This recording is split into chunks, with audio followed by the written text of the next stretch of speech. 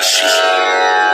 रावण के अत्याचार से तीनों लोकों में त्राही त्राही मच जाती है। ऋषि महर्षियों और निर्दोष प्राणियों के संकट को लेकर देवताओं की चिंता बढ़ती जाती है। विष्णु महेश के साथ नारद, वरुण, इंद्र और वायु सभी देवता प्रजापति ब्रह्मा के पास आते हैं।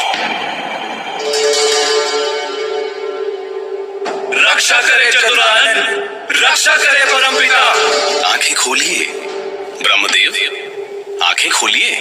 आप मौन क्यों हैं ब्रह्मदेव? क्या त्रिभुवन की कोई चिंता नहीं है आपको? क्या रावण के हाथों सृष्टि का अंत हो जाएगा? लंकापति रावण के अत्याचार से तीनों लोग संकट में हैं। देवता और ऋषि महर्षि त्राही त्राही कर रहे हैं। हाँ परमपिता, यदि समय रहते कोई निर्णय नहीं लिया गया तो इंद्रलोक पर तो रावण का अधिकार होगा ही। देवलोक का अस्तित्व भी संकट में पड़ जाएगा। लगता है कि परमपिता समाधि की स्थिति में है। हमें विनती करनी चाहिए। हे चतुरानन सृष्टि प्रणेता, हो प्रसन्न, हो प्रसन्न। हे ब्रह्मदेव, हे जगत पिता, हो प्रसन्न, हो प्रसन्न। विपदान पड़ी संकट में है सारा संसार।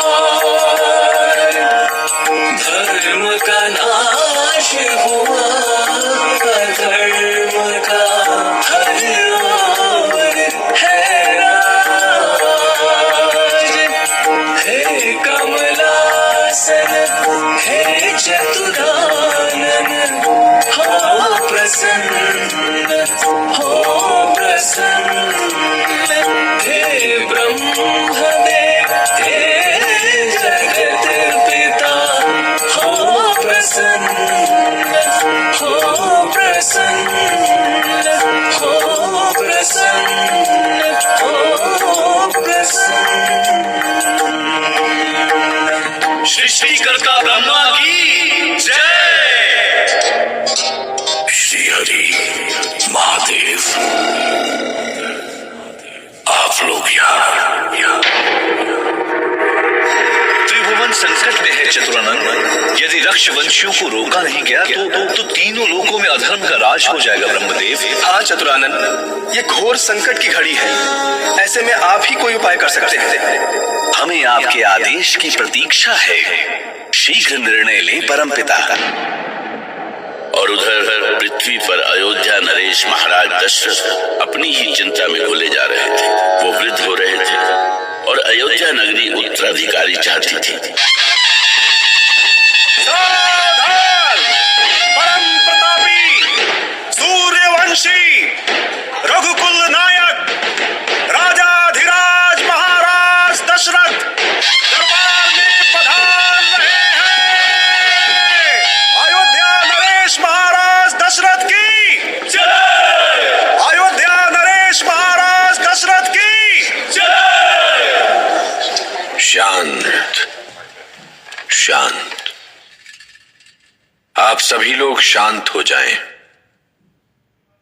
हमने ये सभा अयोध्या वासियों की कुशलता जानने के लिए बुलाई थी, किंतु किन्हीं कारणों से हम आज की ये सभा नहीं कर पाएंगे।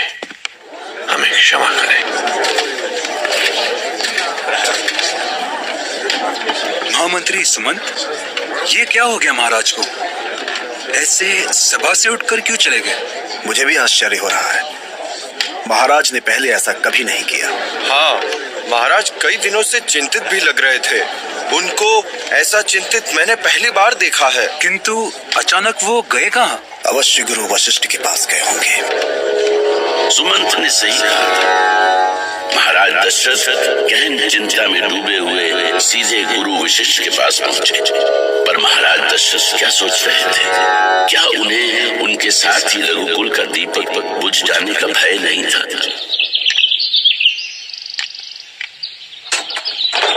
गुरुदेव वशिष्ठ को दशरथ का प्रणाम स्वीकार हो।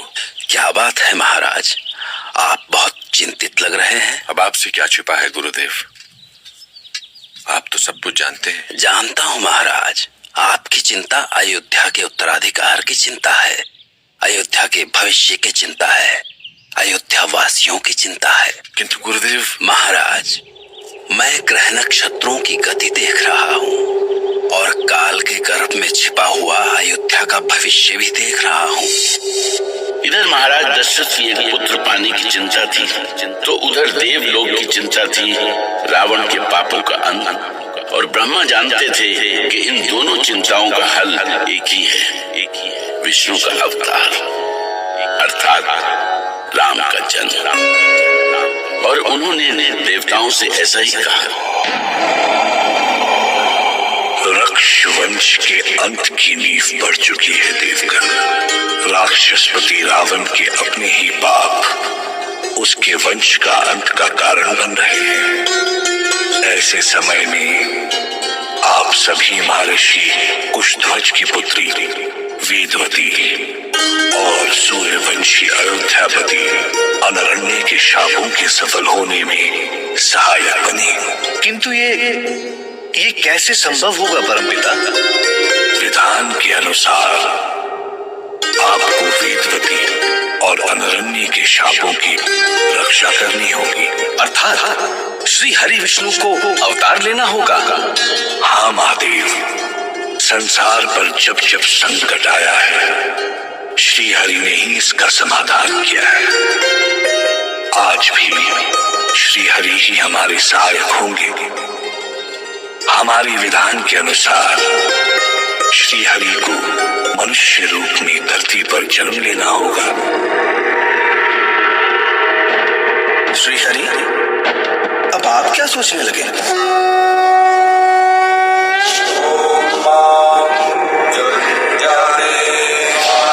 सोचना क्या है?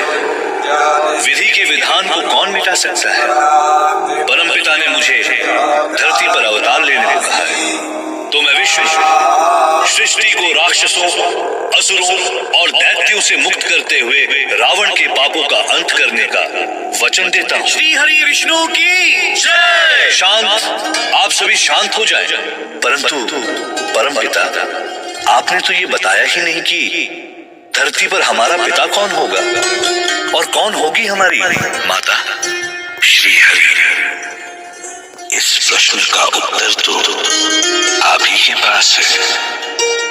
स्मरण कीजिए, अनरण्य ने रावण को क्या श्राप दिया था? मेरे ही कुल में पैदा हुआ एक रघुवंशी तेरे राक्षस वंश का सदा सदा के लिए नाश कर देगा।